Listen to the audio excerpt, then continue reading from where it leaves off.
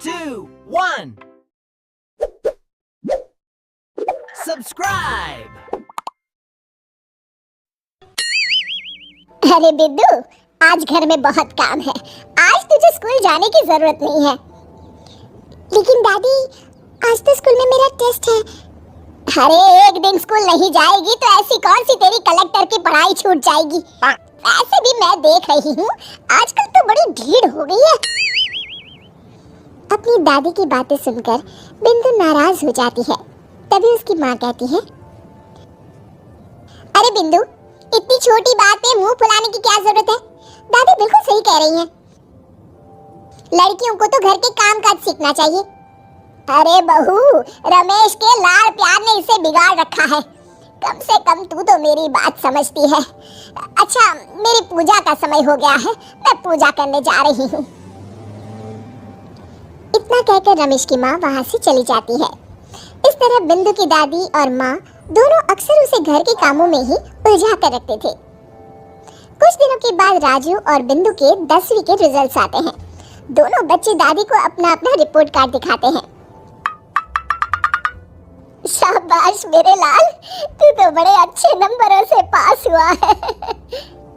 तभी बिंदु कहती है, दादी मैं भी अच्छे नंबरों से पास हुई हूँ।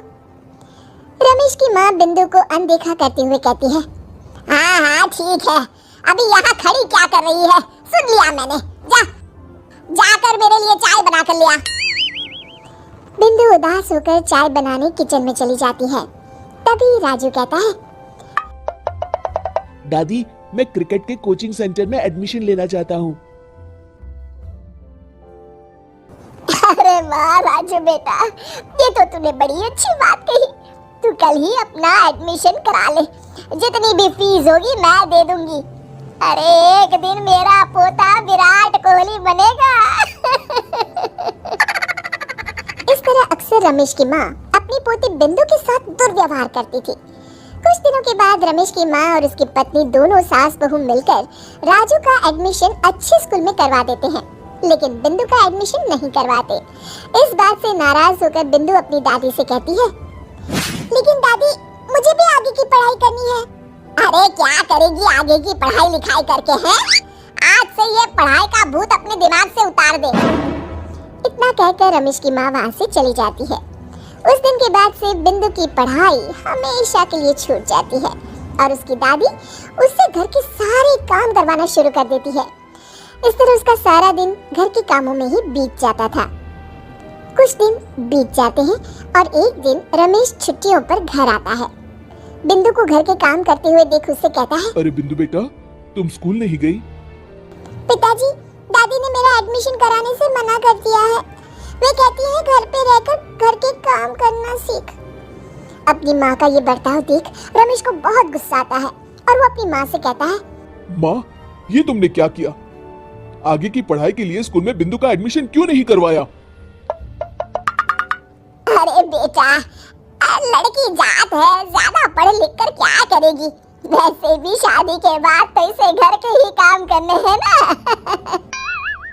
तुम किस जमाने में जी रही हो माँ? अगर कल्पना चावला के घर वाले भी तुम्हारी सोच के होते तो क्या वो पूरी दुनिया में हिंदुस्तान का नाम रोशन कर पाती?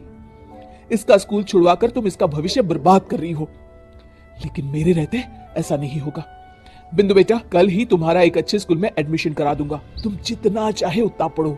मेरे होते हुए तुम्हें किसी बात की चिंता करने की जरूरत नहीं है। अपने पिता से हौसला पाकर बिंदु खुश हो जाती है और कहती है, जी पापा, मैं खूब मन लगाकर पढ़ाई करूंगी और बड़ी होकर डॉक्टर बनूंगी। ये हुई ना बात। शाबाश मेरी बेटी।